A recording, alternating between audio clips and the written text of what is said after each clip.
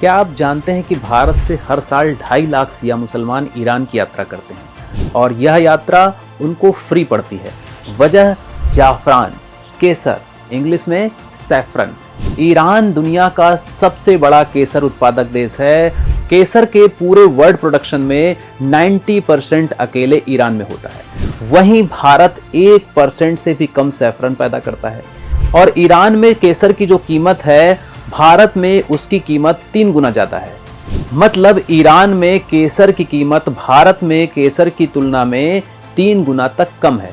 वहां पर 3 गुना सस्ती केसर मिल जाती है। पंपोर, पुलवामा डिस्ट्रिक्ट में पंपोर को भारत में केसर की राजधानी कहा जाता है, सैफरन कैपिटल ऑफ इंडिया। उसी तरह से जो ईरान में मशहद है उसे वर्ल्ड कैपिटल ऑफ सैफरन कहा जाता है। मशहद का मतलब होता है शहादत और यहाँ पर मतलब मशहद में इमाम रजा जो हैं, इमाम रजा की श्राइन है, दरगाह है। इमाम रजा जो कि शियाओं के 8वें इमाम थे, उनकी जहर देकर हत्या की गई थी और इसी वजह से उनकी हत्या को शहादत कहा गया और उनकी शहादत की वजह से इस जगह का नाम मशहद रखा गया। मशहद ईरान में शियाओं का सबसे पवित्र तीर्थ स्थल है।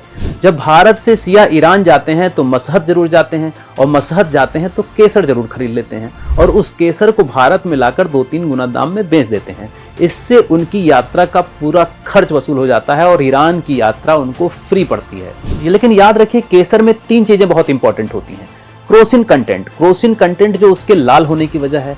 उसके अलावा सैफरनॉल, दूसरा सबसे इंपॉर्टेंट कंटेंट जो कि केसर की महक के लिए जिम्मेदार है, उसमें मौजूद फ्रेग्रेंस, उसमें मौजूद अरोमा के लिए जिम्मेदार है। और तीसरा सबसे इंपॉर्टेंट पाइक्रोक्रोसिन। पाइक्रोक्रोसिन केसर को कड़वापन देता है और उसमें मेडिसिनल वैल्यूज को बढ़ाता है, उसके औषधि गुणों के लिए यही जिम्मेदार है।